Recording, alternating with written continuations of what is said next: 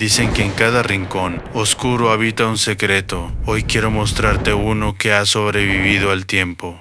¿Alguna vez has imaginado caminar solo por un palacio de 13 pisos suspendido entre la roca y el cielo, sabiendo que detrás de una puerta cerrada podría guardarte alguien que murió hace más de 2 siglos? En la ciudad de Lhasa, donde el aire es tan delgado que cada respiración parece arrancada a las montañas, se alza una construcción que domina el paisaje desde la cima de Mar Porri, la colina roja. Allí, a más de 3.600 metros sobre el nivel del mar, el Palacio Potala proyecta sus sombras sobre callejuelas, templos y plazas barridas por el viento de los Himalayas. Desde lejos parece una fortaleza nacida de la montaña misma. Sus muros blancos ascienden como acantilados artificiales. Sus ventanas oscuras observan el valle del río Kichu. Sus techos dorados reflejan el sol con un brillo casi insoportable durante las mañanas despejadas del invierno tibetano. Pero quienes han vivido cerca del Potala durante generaciones aseguran que el verdadero corazón del edificio no se encuentra en las terrazas soleadas ni en los aposentos ceremoniales. Está más adentro, mucho más adentro, en los corredores silenciosos del Palacio Rojo. Para comprender la leyenda hay que retroceder siglos. Mucho antes de que existiera la enorme estructura actual, las tradiciones tibetanas hablaban de un antiguo palacio levantado en el siglo VII por el rey Songtsengampo. Según los relatos transmitidos por monjes y cronistas, aquel gobernante ordenó construir una residencia monumental como símbolo de unión con la princesa china Wencheng. Las generaciones pasaron. Los siglos transformaron el Tíbet. Guerras, incendios y conflictos redujeron aquel antiguo complejo a ruinas dispersas. Entonces llegó el siglo XVII. En 1645, el quinto Dalai Lama, Ngawang Lobsang Gyatso, impulsó una obra gigantesca. Miles de artesanos, albañiles, carpinteros y monjes participaron en la construcción de un nuevo Potala. Piedras transportadas desde canteras lejanas, madera traída desde valles remotos, pigmentos minerales para decorar muros y santuarios.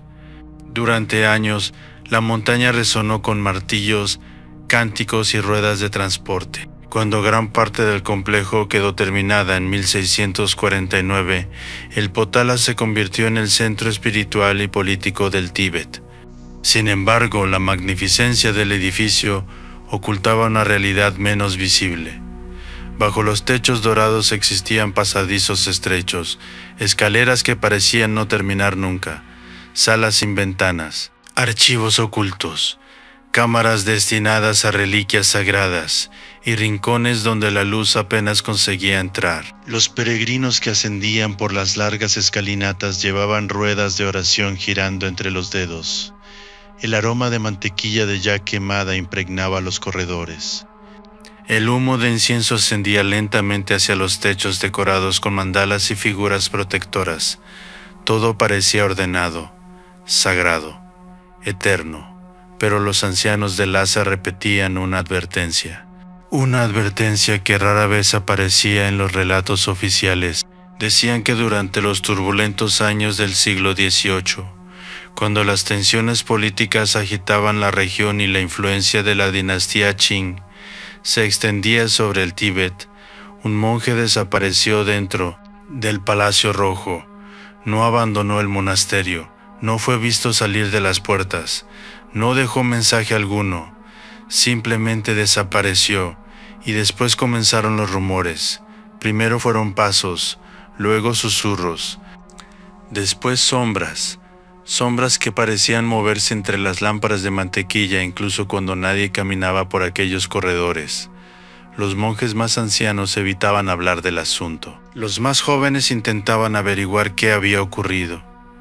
Pero cada vez que alguien formulaba demasiadas preguntas, la conversación terminaba de golpe, como si un recuerdo peligroso siguiera vivo entre aquellos muros.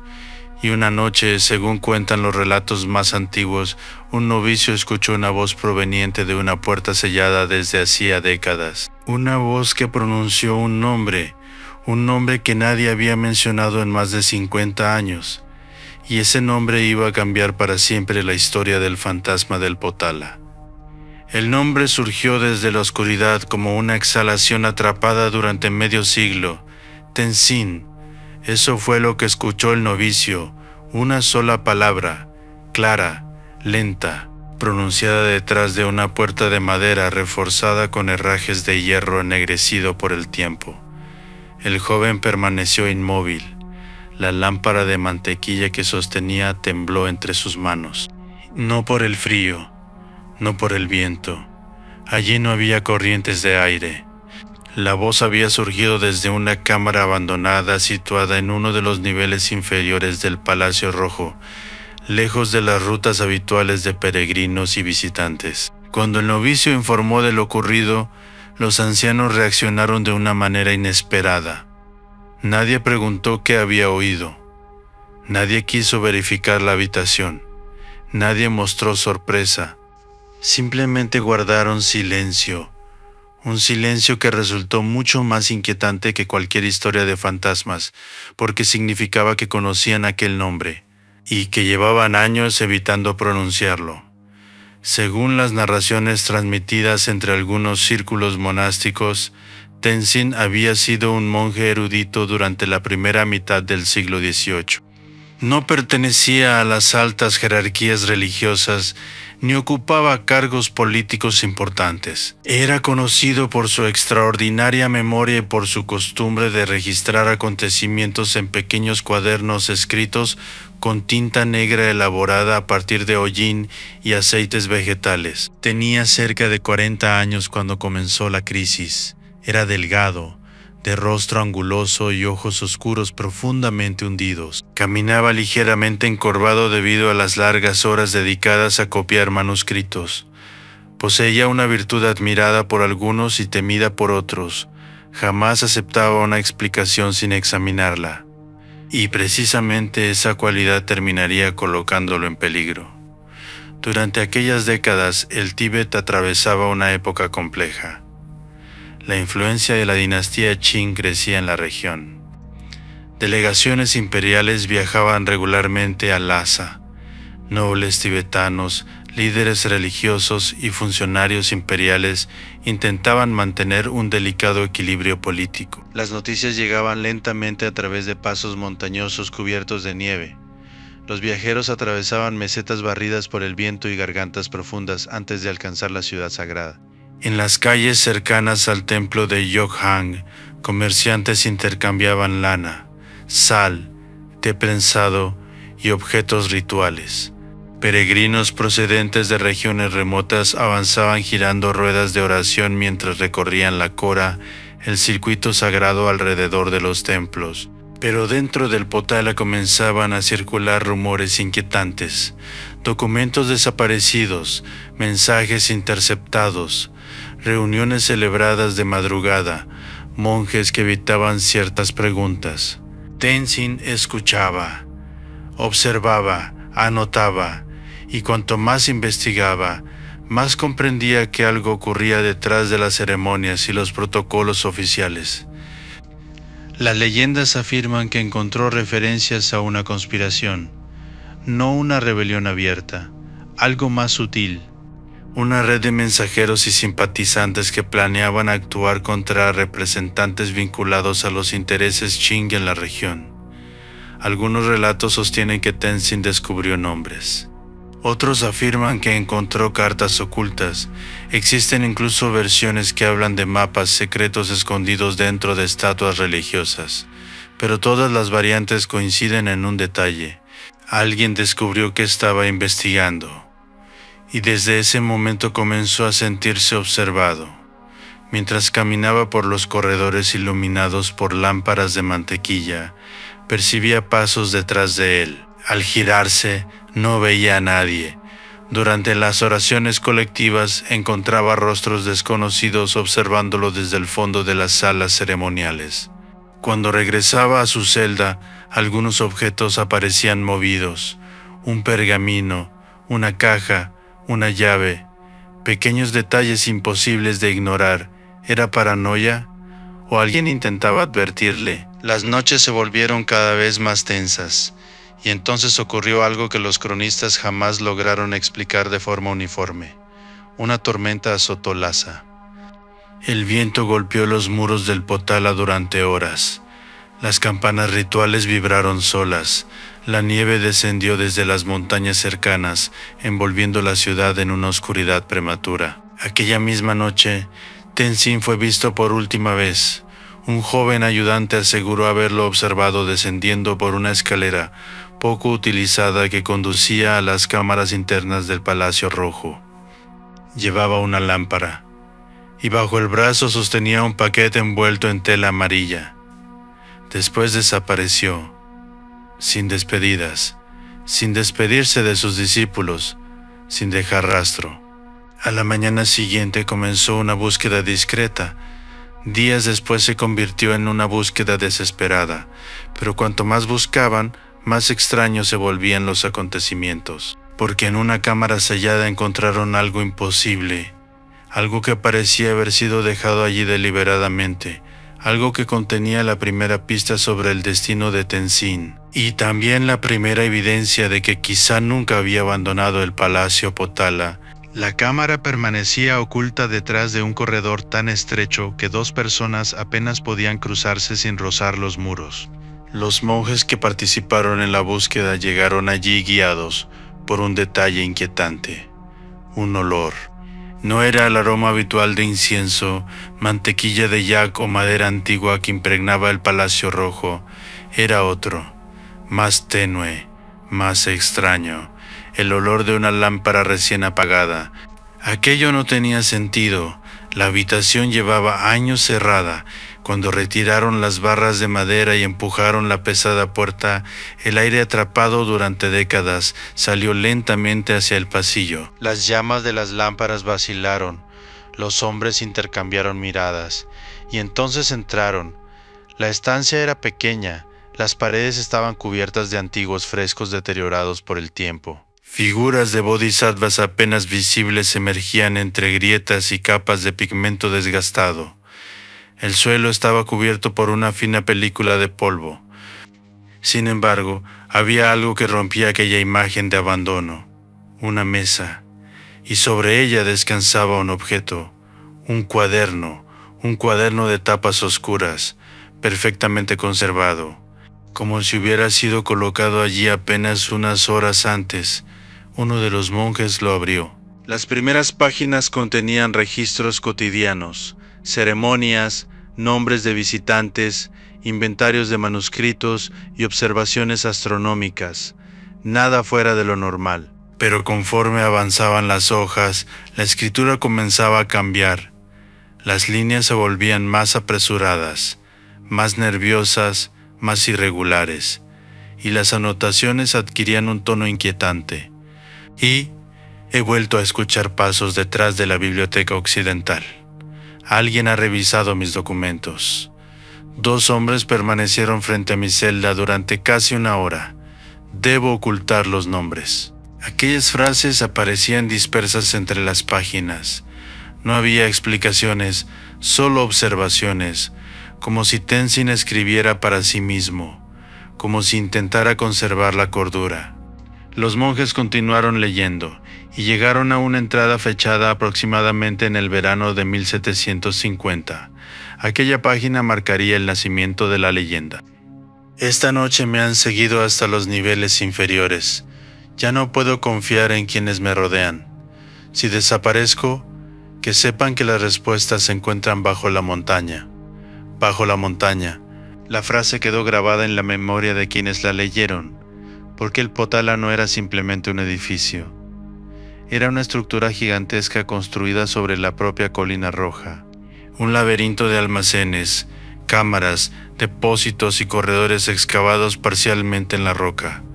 Pocos conocían todos sus rincones. Incluso los habitantes permanentes del palacio ignoraban algunos pasajes utilizados generaciones atrás. La búsqueda se intensificó, se inspeccionaron criptas, se revisaron depósitos de reliquias. Se exploraron túneles de servicio. Nada, ni un solo rastro de Tenzin.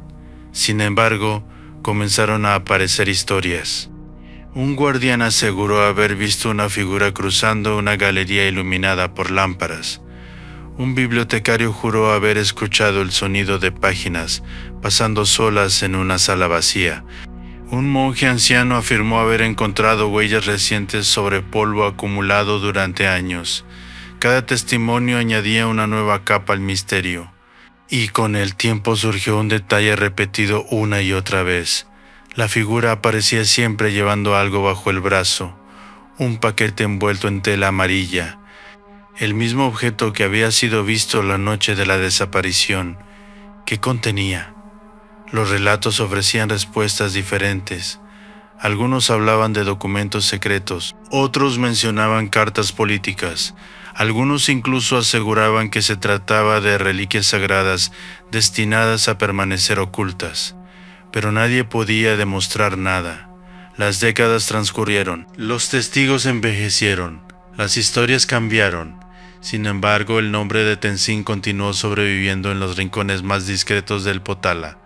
Los guías evitaban mencionarlo. Los monjes veteranos desviaban la conversación, y los jóvenes aprendían rápidamente que ciertas preguntas no debían formularse, porque había algo todavía más inquietante. Algo que comenzó a ocurrir muchos años después de la desaparición, algo que transformó una historia de misterio en una auténtica leyenda de fantasmas. Algunos visitantes empezaron a describir encuentros con un hombre que parecía completamente real, un monje silencioso, delgado, vestido con túnicas antiguas, y cada una de aquellas apariciones terminaba exactamente de la misma manera.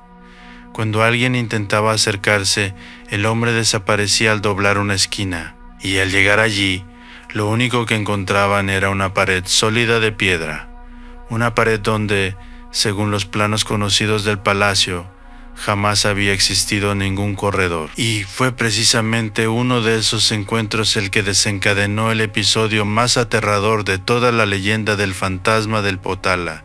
La historia comenzó a circular entre los habitantes de Lhasa a finales del siglo XVIII. No apareció en decretos oficiales, no quedó registrada en crónicas religiosas, sobrevivió de otra manera. Pasó de boca en boca, de maestro a discípulo, de anciano a peregrino, y todos repetían el mismo escenario: los corredores superiores del Palacio Rojo, las horas posteriores al anochecer, el momento en que las últimas lámparas comenzaban a extinguirse. Fue entonces cuando ocurrió el episodio que convertiría a Tenzin en algo más que un hombre desaparecido. Según la versión más difundida, un monje llamado Lobsang era responsable de custodiar varias salas funerarias que albergaban reliquias y estupas dedicadas a antiguos Dalai Lamas. Lobsang tenía cerca de 50 años. Era robusto, de hombros anchos y rostro curtido por el frío de las alturas. Su carácter práctico le había ganado fama entre sus compañeros. No disfrutaba de las historias sobrenaturales y consideraba que la mayoría de los rumores eran exageraciones nacidas del miedo. Por eso nadie esperaba que fuera él quien viviera aquel encuentro. Una noche de invierno realizaba su ronda habitual. Las lámparas proyectaban sombras alargadas sobre los muros decorados con pinturas religiosas. El aire olía a cera, humo y piedra antigua. Mientras avanzaba por una galería estrecha, observó a alguien caminando varios metros delante de él. La figura vestía las tradicionales túnicas monásticas de color granate, nada extraño. Había decenas de monjes viviendo en el complejo. Sin embargo, algo llamó su atención. El desconocido avanzaba hacia una sección que debía encontrarse cerrada. «Hermano», llamó Lobsang. La figura no respondió. Continuó caminando. «Hermano, espere». Silencio. Entonces aceleró el paso. Las sandalias golpearon la piedra.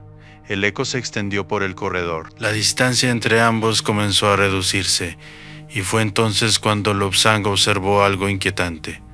El hombre parecía no producir sonido alguno. Sus pasos no resonaban. Sus ropas no se movían. Era como contemplar una imagen deslizándose sobre el suelo. Aún así siguió adelante, cada vez más rápido, cada vez más cerca, hasta que pudo distinguir algunos detalles. y el rostro era extremadamente pálido. Los ojos permanecían fijos hacia adelante, y bajo el brazo llevaba un paquete envuelto en una tela amarilla desgastada. La misma descripción repetida durante décadas, la misma descripción asociada a Tenzin. Lobsang sintió un escalofrío, pero continuó avanzando. Necesitaba comprobar quién era aquel hombre. Necesitaba verlo de cerca. La figura dobló una esquina. Lobsang la siguió inmediatamente. Menos de 2 segundos después, no había forma de perderla. Sin embargo, cuando llegó al cruce, el corredor estaba vacío, completamente vacío, ni puertas abiertas, ni escaleras, ni escondites, solo una pared de piedra maciza decorada con un antiguo mural. Nada más. Lobsang permaneció inmóvil, confundido, respirando con dificultad, y entonces ocurrió algo que jamás olvidaría. Desde el otro lado de aquella pared, escuchó una voz apagada, lejana, como si atravesara varios metros de roca. «Todavía están aquí». Eso fue todo. 4 palabras, nada más. Cuando intentó localizar el origen del sonido, este desapareció. Los días siguientes fueron aún más inquietantes, porque Lobsang descubrió algo extraño en el mural frente al cual había escuchado la voz. Una sección de pintura parecía más reciente que el resto. Las diferencias eran mínimas, tan sutiles que nadie las habría notado sin examinarlas detenidamente, pero estaban allí, como si una entrada antigua hubiera sido cubierta deliberadamente décadas atrás. La noticia se propagó rápidamente entre los residentes del palacio. Algunos comenzaron a creer que existía una red de corredores olvidados bajo la estructura. Otros afirmaban que Tenzin había sido encerrado en uno de ellos, y unos pocos sostenían una idea mucho más perturbadora, que el monje nunca había abandonado el Potala, que algo ocurrido durante aquella noche de tormenta lo había condenado a permanecer entre los muros, buscando, esperando, intentando advertir a quienes aún podían escucharlo. Con el paso de los años, las apariciones se multiplicaron, pero también comenzaron a cambiar. Ya no se limitaban a un hombre caminando por los corredores.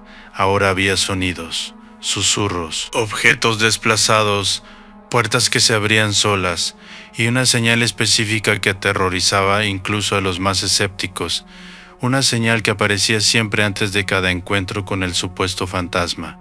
Una señal tan precisa que algunos monjes aprendieron a reconocerla demasiado tarde, porque cuando el olor aparecía, él ya estaba cerca. Y quienes lo percibían aseguraban que jamás volvían a olvidar aquella fragancia imposible. No era el olor del incienso, tampoco el de la mantequilla de yak que ardía día y noche en cientos de lámparas votivas, ni el aroma de los antiguos manuscritos guardados en bibliotecas centenarias. Era algo diferente, algo que quienes lo percibían describían de formas distintas, aunque todas las descripciones coincidían en una sensación común. El pasado, como si el aire se llenara repentinamente de siglos. Algunos hablaban del olor de pergaminos recién abiertos después de décadas. Otros mencionaban madera húmeda, piedra fría y tinta antigua. Había quienes aseguraban detectar un leve perfume de enebro quemado, utilizado en ciertos rituales tibetanos, y casi todos afirmaban lo mismo. Cuando aquella fragancia aparecía, la temperatura descendía. Entonces comenzaban los sonidos, primero un roce, luego pasos, después el eco distante de alguien caminando por escaleras que parecían encontrarse detrás de los muros. Los relatos se acumularon durante generaciones. Un cuidador nocturno escuchó una puerta abrirse sola cerca de una capilla cerrada. 2 peregrinos juraron haber visto una sombra cruzando una galería superior donde nadie debía encontrarse a esa hora. Un monje encargado de catalogar textos antiguos aseguró haber encontrado un manuscrito abierto sobre una mesa. Cuando regresó minutos después acompañado por otro religioso, el documento estaba guardado exactamente en su lugar. Nada parecía concluyente, nada resultaba completamente imposible. Y precisamente por eso las historias sobrevivían, porque habitaban en la frontera entre la explicación racional y el misterio. Mientras tanto, el Palacio Potala continuaba creciendo en prestigio espiritual. Sus salones guardaban tesoros incalculables.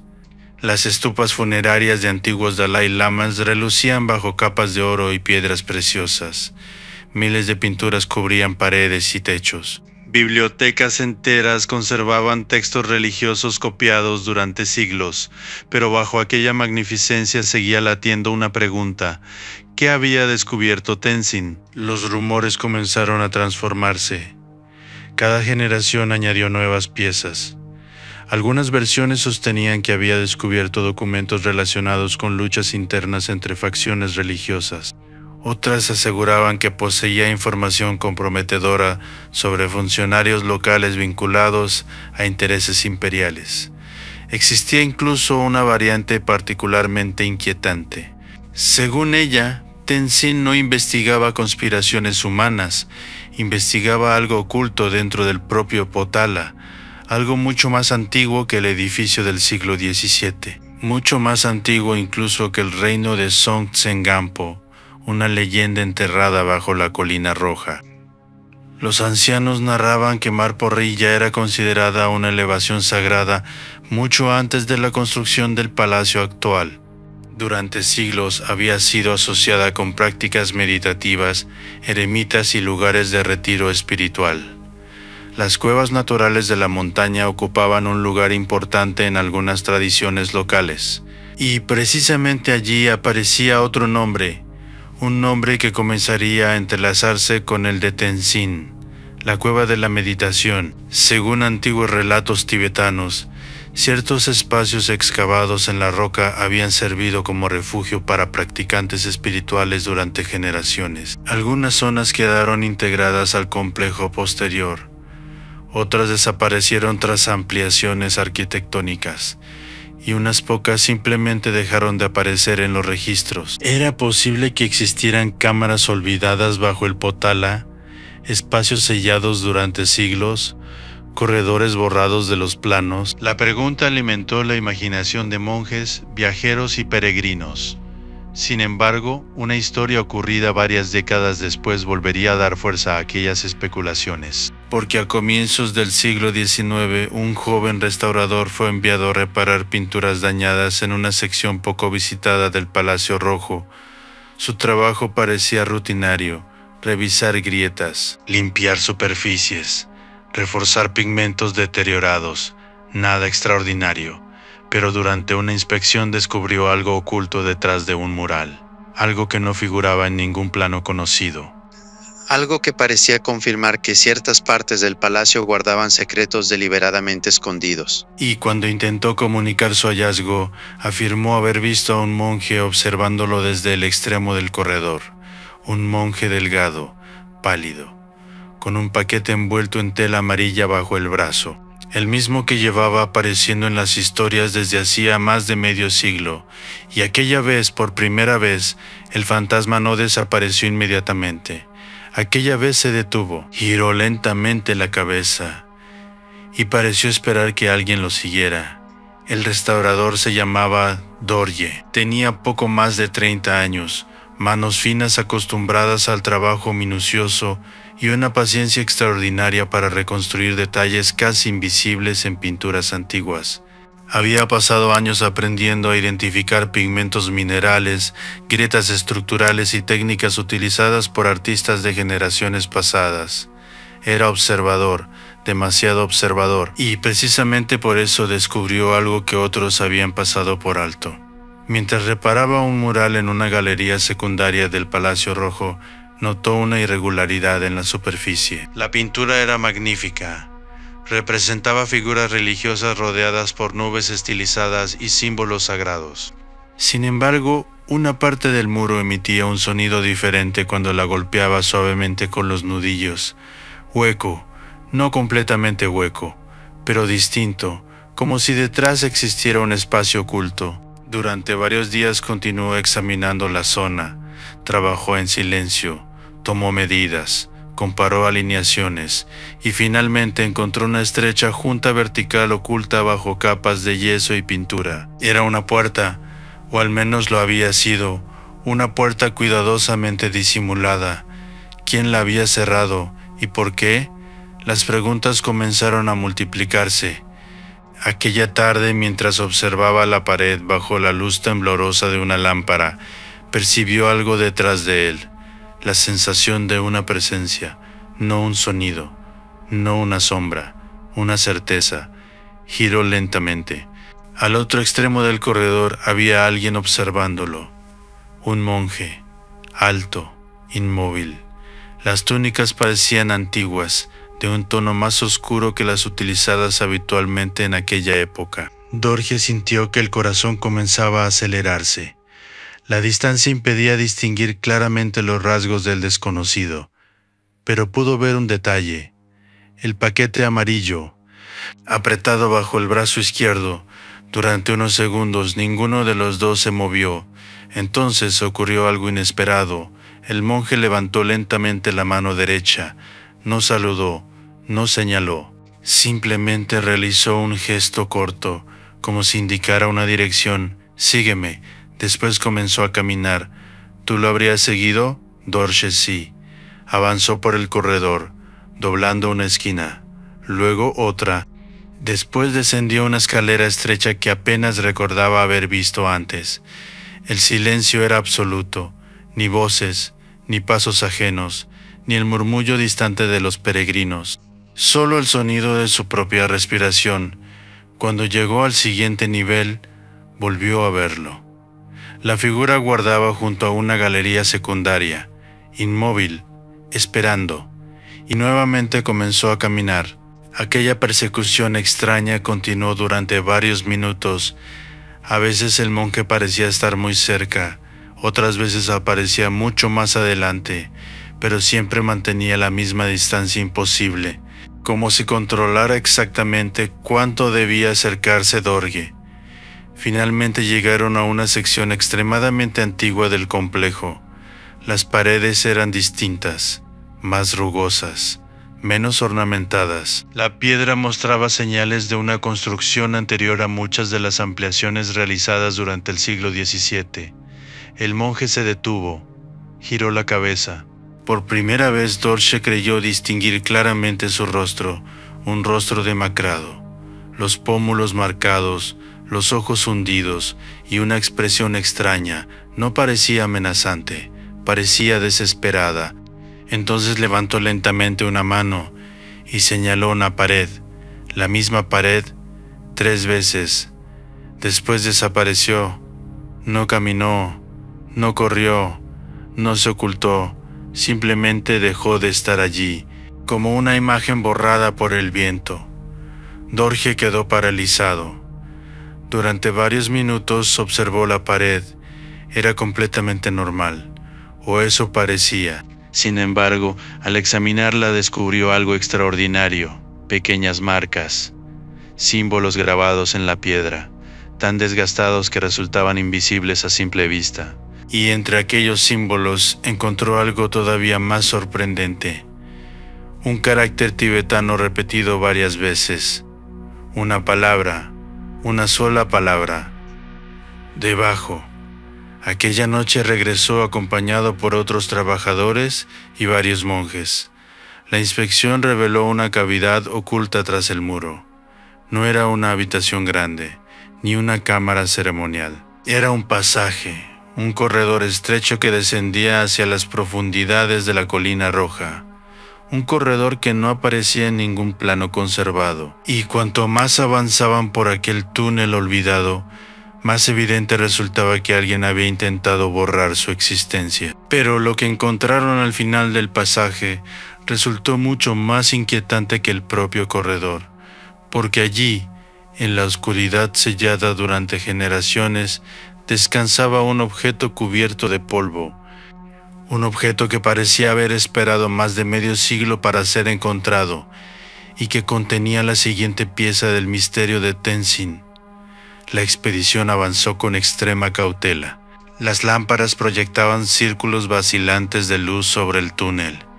El aire se volvía más frío a cada metro descendido. Las paredes de roca desnuda absorbían los sonidos, creando una sensación extraña, como si el mundo exterior hubiera quedado atrás. Dorje encabezaba el grupo. Detrás de él caminaban 3 monjes y 2 trabajadores encargados del mantenimiento del palacio. Nadie hablaba, nadie quería romper aquel silencio. El corredor parecía no haber sido utilizado durante décadas, quizás siglos. En algunos tramos la roca mostraba marcas de herramientas antiguas.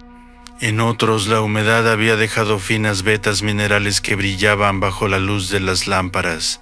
Finalmente llegaron al final del pasaje, una pequeña cámara excavada directamente en la montaña. No había altares, no había estatuas, no había reliquias, solo una mesa de piedra, y sobre ella descansaba una caja. Era sencilla, fabricada con madera oscura, sin adornos, sin símbolos visibles, sin cerradura, como si quien la hubiera dejado allí quisiera que algún día fuese abierta. Los hombres intercambiaron miradas. Dorje avanzó lentamente, apoyó ambas manos sobre la tapa y la levantó. Dentro encontraron varios objetos envueltos en tela, un rosario de cuentas gastadas, un pequeño cuchillo ceremonial, un sello utilizado para autenticar documentos y un conjunto de cuadernos. Muchos más cuadernos, todos escritos con la misma caligrafía que aparecía en el diario encontrado décadas antes, la escritura de Tenzin. El descubrimiento provocó una enorme conmoción entre quienes conocieron la historia. Durante días los textos fueron examinados cuidadosamente y cuanto más leían, más compleja se volvía la leyenda, porque aquellos escritos no hablaban únicamente de política, ni únicamente de conspiraciones. Tenzin describía algo mucho más inquietante, la sensación de que ciertas personas dentro del Potala estaban desapareciendo de los registros, no necesariamente muriendo, desapareciendo. Sus nombres dejaban de aparecer en documentos. Sus funciones eran reasignadas, sus pertenencias retiradas, y con el tiempo parecía como si nunca hubieran existido. Tenzin dedicó páginas enteras a registrar esos casos, nombres, fechas, observaciones, patrones. Al principio creyó que se trataba de errores administrativos. Después comenzó a sospechar algo distinto, algo deliberado, algo organizado. Una de las entradas más inquietantes estaba fechada poco antes de su desaparición. En ella escribió: «He encontrado el lugar donde se guardan los recuerdos que otros desean destruir. Nada más». Sin explicación, sin detalles, aquella frase alimentó innumerables interpretaciones. ¿Qué significaba? ¿Archivos ocultos? ¿Documentos secretos? ¿O algo más simbólico? Las respuestas jamás fueron claras, pero los cuadernos contenían otro detalle perturbador. En varias ocasiones Tenzin describía encuentros con un monje desconocido, un hombre silencioso, siempre vestido de la misma manera, siempre observándolo desde lejos, siempre desapareciendo antes de poder ser alcanzado. Lo extraño era que aquellas anotaciones fueron escritas años antes de la propia desaparición de Tenzin, y la descripción coincidía exactamente con el supuesto fantasma que generaciones posteriores afirmaban haber visto. ¿Cómo era posible? ¿Había visto Tenzin a la misma figura? ¿O las leyendas posteriores habían adoptado elementos de sus escritos? Nadie pudo responder. Pero el hallazgo más inquietante apareció en el último cuaderno. Las últimas páginas estaban incompletas, algunas habían sido arrancadas, otras mostraban manchas de humedad, y la entrada final terminaba abruptamente, como si el autor hubiera sido interrumpido. Las últimas líneas decían: «He comprendido por qué ocultaron los corredores, he comprendido quién», y allí terminaba. La frase quedaba suspendida, inconclusa, como una puerta cerrándose de golpe. Aquello fue suficiente para que el misterio creciera aún más, porque si Tenzin había descubierto algo importante, jamás llegó a explicarlo, o quizás sí lo hizo, y alguien eliminó deliberadamente las páginas restantes. Los años siguieron pasando, los cuadernos fueron guardados, El corredor volvió a sellarse parcialmente y la leyenda continuó transformándose. Sin embargo, una generación después comenzó a surgir un nuevo detalle, uno que no aparecía en las historias antiguas. Algunos testigos afirmaban que el fantasma ya no parecía buscar ayuda. Ahora parecía buscar algo que todavía no encontraba. Y quienes aseguraban haber cruzado su mirada describían una emoción imposible de olvidar. No era ira, no era tristeza, era urgencia. Como si incluso después de muerto siguiera intentando completar una tarea que quedó inconclusa bajo los muros del Palacio Potala. Y una noche, durante una intensa tormenta de nieve, aquella búsqueda alcanzaría su episodio más inquietante de todos. La tormenta llegó desde las montañas como una muralla blanca. El viento descendió por los pasos del Himalaya arrastrando nieve pulverizada que golpeaba los muros del Potala con un sonido semejante a miles de dedos arañando piedra. Las banderas de oración se tensaban hasta crujir. Las calles de Lhasa quedaron casi desiertas. Incluso los perros que solían vagar por los alrededores del palacio buscaron refugio.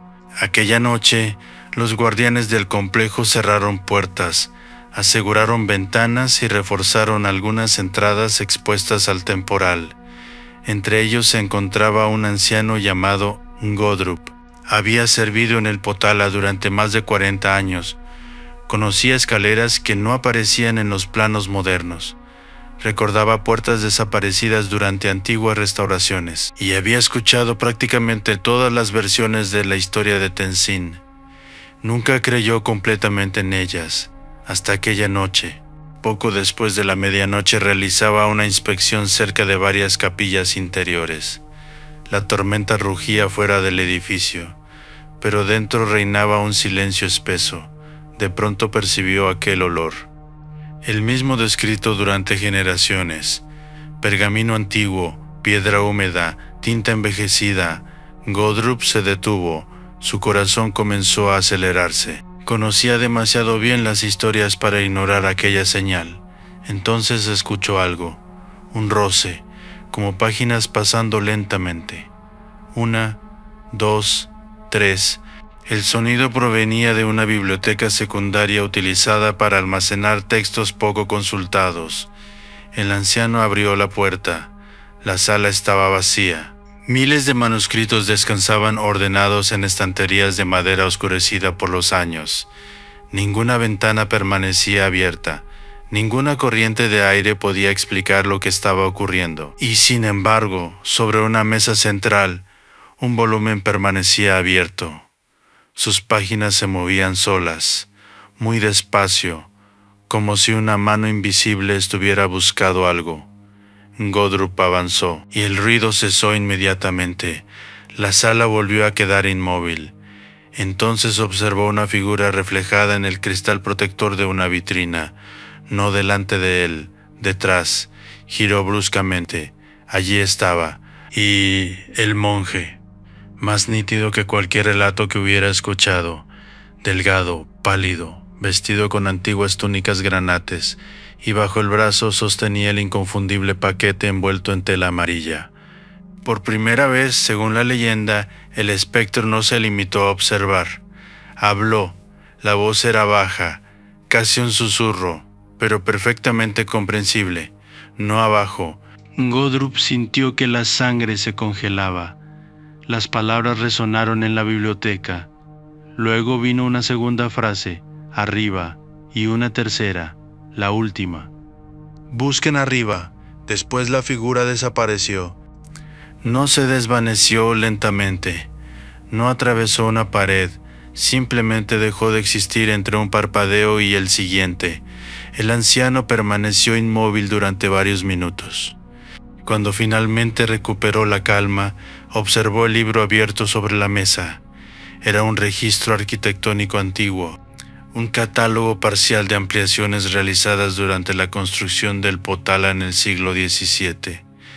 Y en una de sus páginas aparecía una referencia peculiar. Un nivel superior modificado décadas después de la construcción original, una sección cuya función ya no estaba claramente documentada. Godrup informó del incidente. Algunos lo creyeron. Otros pensaron que la edad y el cansancio habían alimentado una ilusión, pero el episodio provocó algo inesperado. Varias áreas superiores del Palacio Rojo comenzaron a ser examinadas nuevamente, y durante aquellas inspecciones apareció una anomalía. Una habitación cuya longitud exterior no coincidía con las dimensiones interiores registradas. La diferencia era pequeña, apenas unos metros, pero suficiente para sugerir la existencia de un espacio oculto, una cámara perdida, un vacío entre muros, un lugar que nadie recordaba. Los trabajadores iniciaron investigaciones discretas, golpearon paredes, midieron corredores, compararon registros antiguos, y cuanto más analizaban la estructura, más evidente parecía que algo había sido escondido deliberadamente. Pero antes de que pudieran abrir aquella zona, ocurrió un hecho todavía más desconcertante, porque varios participantes en la inspección comenzaron a tener el mismo sueño, exactamente el mismo. Una escalera, una puerta y un hombre sosteniendo un paquete amarillo, esperando al otro lado, como si la propia leyenda estuviera intentando guiarlos hacia una revelación olvidada desde hacía más de 200 años. Y cuando finalmente encontraron la entrada oculta, descubrieron algo que transformó para siempre la historia del fantasma del Potala. La entrada apareció donde nadie había buscado durante generaciones. No estaba en las profundidades de la colina roja. No se encontraba bajo criptas olvidadas ni detrás de cámaras funerarias. Estaba arriba, muy arriba, cerca de una serie de almacenes y habitaciones auxiliares situadas en los niveles superiores del Palacio Rojo, en una zona poco transitada incluso por los residentes permanentes. Aquella revelación desconcertó a todos. Durante más de un siglo, la leyenda había dirigido las miradas hacia abajo, hacia túneles, hacia sótanos, hacia pasadizos excavados en la montaña. Pero si las palabras atribuidas al fantasma eran ciertas, la respuesta siempre había estado sobre sus cabezas. Los trabajadores retiraron cuidadosamente paneles de madera y capas acumuladas durante antiguas reformas. Tras varios días de labor, apareció una estrecha puerta oculta. Era tan discreta que resultaba casi imposible detectarla desde el corredor. La madera estaba ennegrecida por el tiempo, los herrajes mostraban siglos de oxidación, y sobre el marco podía distinguirse un antiguo sello parcialmente borrado. Nadie recordaba aquella habitación, nadie conservaba registros claros de su existencia. La puerta fue abierta, el aire atrapado en el interior escapó lentamente, frío, seco, silencioso. Las lámparas iluminaron una estancia pequeña, mucho más pequeña de lo que las historias habían hecho imaginar. No había tesoros, no había reliquias extraordinarias, no había pruebas espectaculares de conspiraciones, solo una habitación olvidada. Pero precisamente por eso lo que encontraron allí resultó tan inquietante, porque parecía un lugar abandonado a toda prisa, una mesa, un estante, un cojín de meditación deteriorado, varios fragmentos de pergamino y marcas de haber sido ocupada durante cierto tiempo, como si alguien hubiera vivido o trabajado allí en secreto. Entre los objetos apareció una caja de madera, distinta a la hallada décadas antes bajo la montaña, más pequeña, más antigua. En su interior descansaban varios documentos muy deteriorados por la humedad y el paso del tiempo. Algunos resultaban ilegibles, otros podían leerse parcialmente. Las referencias eran fragmentarias, nombres incompletos, fechas, anotaciones dispersas. Sin embargo, una hoja llamó inmediatamente la atención. Contenía una lista, y entre los nombres escritos aparecía uno claramente identificable: Tenzin, no como desaparecido, no como fallecido, sino como custodio de algo. La parte restante del texto estaba dañada. Las palabras posteriores se habían perdido para siempre. Aquella única referencia cambió el rumbo de la leyenda. ¿Custodio de qué? documentos, reliquias, secretos políticos, conocimientos religiosos, las preguntas se multiplicaron y las respuestas siguieron siendo insuficientes. Sin embargo, el hallazgo más perturbador aún estaba por llegar. Mientras examinaban la habitación, uno de los monjes descubrió una cavidad oculta bajo una tabla del suelo. Dentro encontró un pequeño envoltorio de tela amarilla, el mismo color repetido durante generaciones, el mismo descrito en todas las apariciones, el mismo asociado al fantasma. Las manos del monje temblaron al desenvolverlo. Todos observaban. Nadie hablaba. La tela se abrió lentamente, y dentro apareció un conjunto de hojas cuidadosamente dobladas. Algunas podían leerse, otras estaban incompletas, pero una frase destacaba entre todas, una frase escrita con una caligrafía que coincidía con la de los cuadernos atribuidos a Tenzin. No temo desaparecer. Temo que olviden dónde mirar. Nada más, sin explicación, sin contexto, sin nombres, solo aquellas palabras. La leyenda encontró entonces un nuevo significado. Quizá el monje no intentaba revelar una conspiración. Quizá intentaba preservar una memoria. Quizá su lucha consistía en impedir que ciertos hechos, lugares o personas fueran borrados del recuerdo colectivo. Y si esa era la verdad, su tarea seguía inconclusa, porque aún quedaban preguntas sin respuesta, demasiadas. ¿Por qué desapareció? ¿Quién ocultó las habitaciones? ¿Quién arrancó las últimas páginas de sus diarios? ¿Quién selló corredores enteros dentro del Potala? Los hallazgos resolvieron parte del misterio, pero ampliaron el resto. Y cuando los objetos fueron retirados de la habitación para ser estudiados, ocurrió algo que muchos consideraron la última manifestación del fantasma del Potala, un acontecimiento silencioso, breve, casi insignificante, pero tan extraño que todavía se recuerda en voz baja entre quienes conocen la historia, porque al amanecer del día siguiente, el paquete amarillo había desaparecido, y nadie pudo explicar cómo. Cuando el sol apareció sobre las montañas que rodean Lhasa, tiñendo de oro los techos del Potala, los hombres regresaron a la habitación oculta. La nieve de la noche anterior seguía acumulada sobre cornisas y terrazas.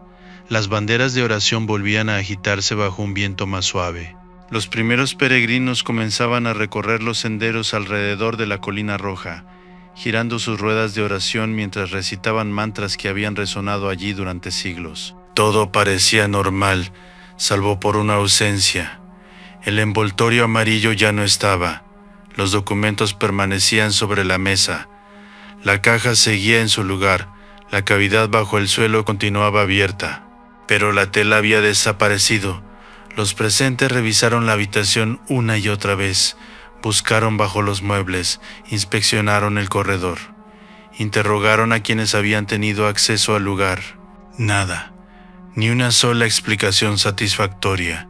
Y así, de forma casi imperceptible, el misterio terminó de fundirse con la leyenda. Con los años, los relatos sobre Tenzin siguieron cambiando. Algunos narradores comenzaron a describirlo como un guardián de secretos, otros como un monje traicionado. Algunos aseguraban que había descubierto una red de corredores olvidados. Otros sostenían que protegía archivos destinados a sobrevivir a épocas turbulentas. Cada generación añadió una pieza nueva. Cada época proyectó sus propias preguntas sobre aquella figura silenciosa, pero ciertos elementos permanecieron inalterables. El olor a pergamino antiguo, las apariciones en corredores desiertos, la figura delgada avanzando entre sombras, el paquete amarillo y aquella sensación persistente de búsqueda. Porque el fantasma del Potala nunca fue descrito como una presencia vengativa. No perseguía, no atacaba, no amenazaba. Su leyenda habla de alguien que sigue caminando, alguien que continúa intentando señalar una dirección, como si el tiempo no hubiera logrado concluir una tarea iniciada siglos atrás.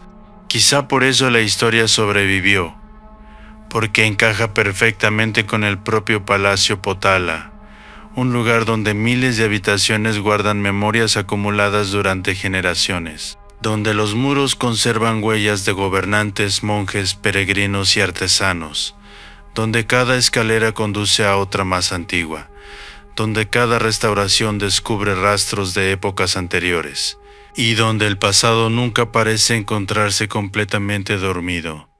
Incluso hoy, quienes recorren sus galerías suelen recordar una vieja advertencia transmitida por algunos ancianos de Lhasa.